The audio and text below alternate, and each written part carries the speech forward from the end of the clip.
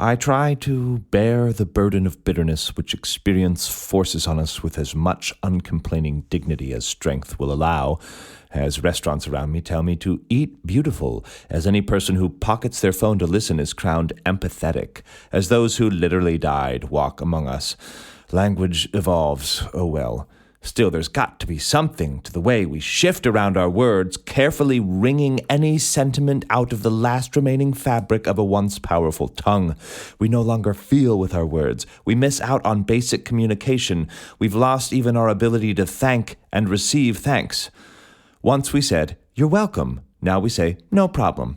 I don't really mind. Other languages have de nada, de rien, but something happens in our psychology when one goes from feeling welcome to not a problem. Once we were welcome, now we're simply not a pest. Fine, can you blame us? What modern human has time to make anyone feel welcome? I just feel bad for the reprintings of all the phrase books, textbooks, tourist maps, dictionaries, flashcards, everything that now has to change "you're welcome" to "no problem."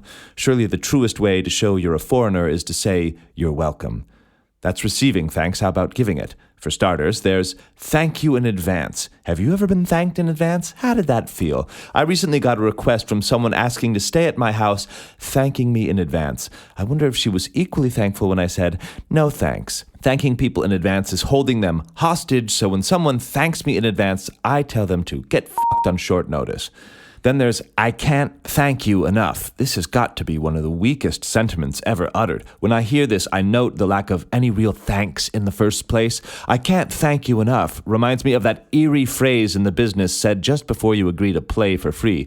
"And you know, Mr. Shinners, we just couldn't possibly pay you enough." I can't thank you enough. Really? Have you tried? Tried what? Thanking me.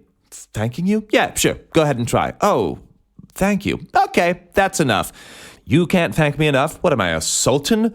"I can't thank you enough" is an outgrowth of our desire to overblow sentiment to the point where anything, especially a meal, could be compared to the profound, amazing brunch. It's the same sentiment as the best thing ever. So many people I know have experienced the best thing ever. Poor folks, if I had experienced the best thing ever, my life would thereafter seem empty, downhill, constantly in pursuit of that once happier moment.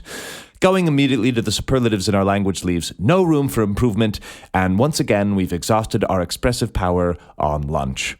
Having an occasion where one couldn't thank enough seems to be reserved for the Cherokee chief who pulls your drowning family out of a freezing river and nurses them back to health. Maybe then you couldn't find enough thanks.